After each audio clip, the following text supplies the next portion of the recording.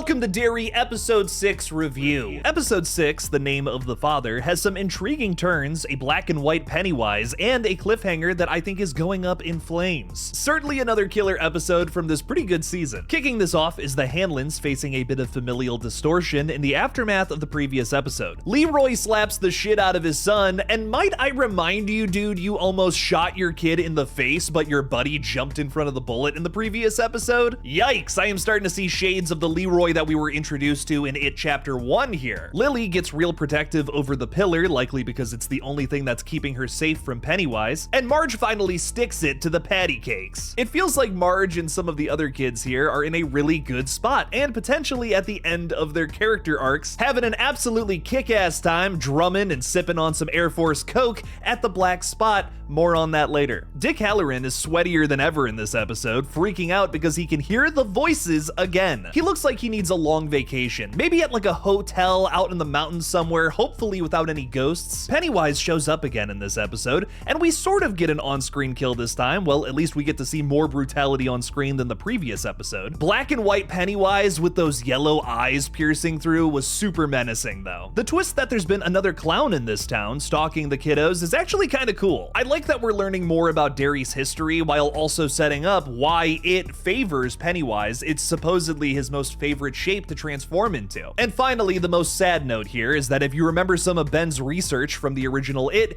you know what's going to happen in the next episode titled The Black Spot. It is not looking good for some of the characters inside right now, especially our young heroes. Anyone with the last name of Bowers in this universe absolutely sucks. We're at a very pivotal point in the season, and I imagine the next two episodes are going to be wild. Out of the frying pan and into the fire, am I right? How are you all feeling about this new episode of It Welcome to Derry? Let me know down in the comments below.